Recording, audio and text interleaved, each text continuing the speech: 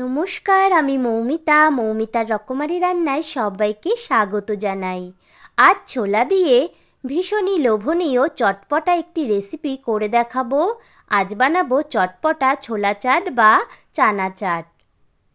চটপটা কিছু খেতে মন চাইলে খুব কম সময়ে আর খুব কম খরচে যখন ইচ্ছা তখন যে কেউ এটা বানিয়ে নিতে পারেন আর খেতে পারেন।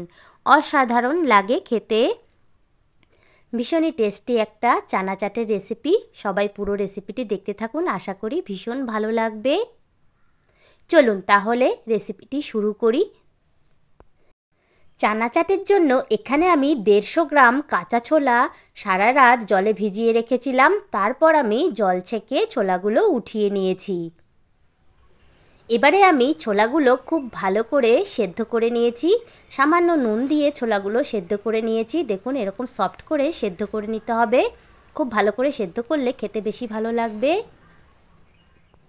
এবারে গ্যাসটা অন করে একটা কড়াই বসিয়ে কড়াইতে দিয়ে দিলাম সাদা তেল। খুব বেশি তেলের প্রয়োজন হবে না, ঠিক এতটাই তেল দিয়েছি। তেলটা এবারে গরম হয়ে গেছে। এবার এর মধ্যে ফোড়ন দিয়ে দিলাম গোটা জিরে। ফোড়নটা দিয়ে খুব ভালো একটা ঘ্রাণ বা গন্ধ বের হয়েছে। এবার এর মধ্যে দিয়ে দিলাম বড় চামচের 1 চামচ আদা কুচি, দিয়ে দিলাম 1 চামচ রসুন কুচি। আদা কুচি আর রসুন কুচিটা দিয়ে একটু নেড়ে চেড়ে নেব। একটু নেড়ে চেড়ে নিয়ে এবার এর মধ্যে দিয়ে দেব একটা পেঁয়াজ কুচি। এখানে আমি একটা গোটা পেঁয়াজ কুচি করে নিয়েছি, সেটা দিয়ে দিলাম।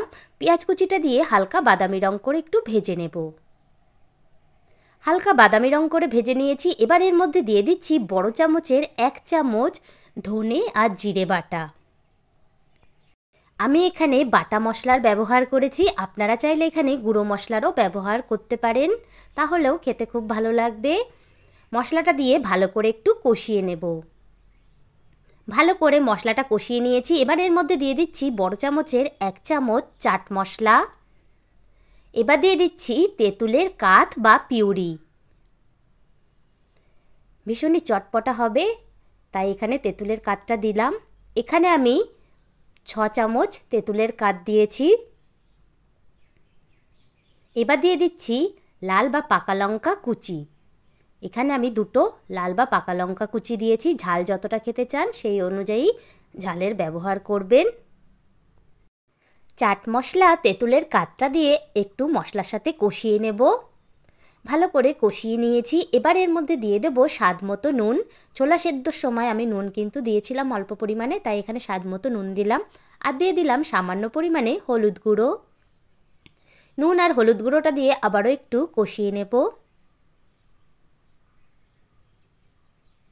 খুব ভালো করে মশলাটা আমার কষানো হয়ে গেছে। এবার এর মধ্যে দিয়ে দেব সেই সেদ্ধ করে রাখা ছোলাগুলো দিয়ে এবারে কষানো মশলার সাথে খুব ভালো করে আবারও কষিয়ে নেব।